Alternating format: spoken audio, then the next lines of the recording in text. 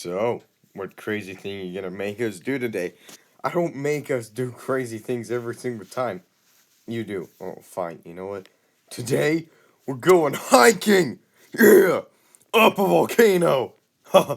Do you remember the last time we experienced lava? You better not fade to a flashback. Oh, yeah. Look, there you go. Fade to No, a the hole's flashback. even bigger. The pain, it's burning my toes. Why do I go? Alright, fine. How do volcanoes form? Funny you should ask, because I got this diagram. You see, volcanoes form on three different types of plate boundaries. First up, you got divergent, and that's when the two plates split apart and magma rises up from the middle.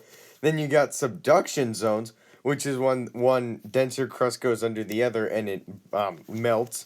Yeah. And hot spots, which is how Hawaii formed. It's just a spot underground where a ton of magma is. So there's also three different types of volcanoes. You get the shield volcanoes, which are in Hawaii. They have mafic magma, which is really flowy and has less silica, which is what makes a magma dense. Uh, Lava sounds. Yeah. Lava sounds? Do you know what sound lava makes? Anywho, we got the composite cone, which has felsic magma, which is high silica, so when that gas gets trapped, it explodes. Boom. So dramatic. And then you got the cinder cone volcanoes that don't really do much. Okay, how do you know all this stuff? I'm a volcanologist. You know, they don't call me Dr. Unfortunate for nothing. Yes, they do. What is an earthquake? Why do you always have these stupid questions? Just answer me. What is an earthquake? Alright, fine. Here, I got this No, you're not doing your I got this diagram thing. It's very annoying. Just tell me what an earthquake is. Fine. Look, this is how earthquakes happen. When the tectonic plates start rubbing up against each other, they create earthquakes that do this to your houses and cities. There's this thing called the elastic rebound theory, and that's when the energy from an earthquake gets so caught up that it starts deforming rocks, and then eventually they'll slide past each other and break apart.